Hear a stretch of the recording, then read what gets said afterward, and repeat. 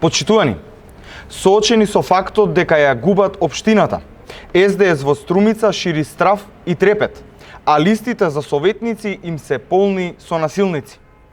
Откако вчера македонската јавност увиде на каков начин СДС владее во Струмица, од партијата нема осуда, ниту оградување.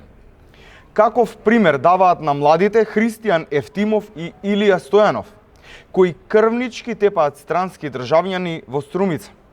Зарем така треба да се однесуваме со туристите во државата?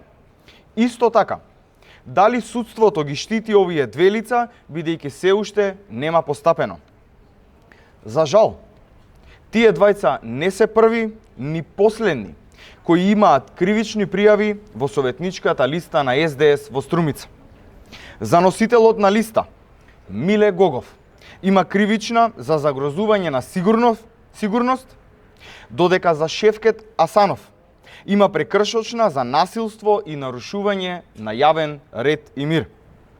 Исто така, и тука прашуваме, дали судството има реагирано? Или за членови на СДС тоа не важи?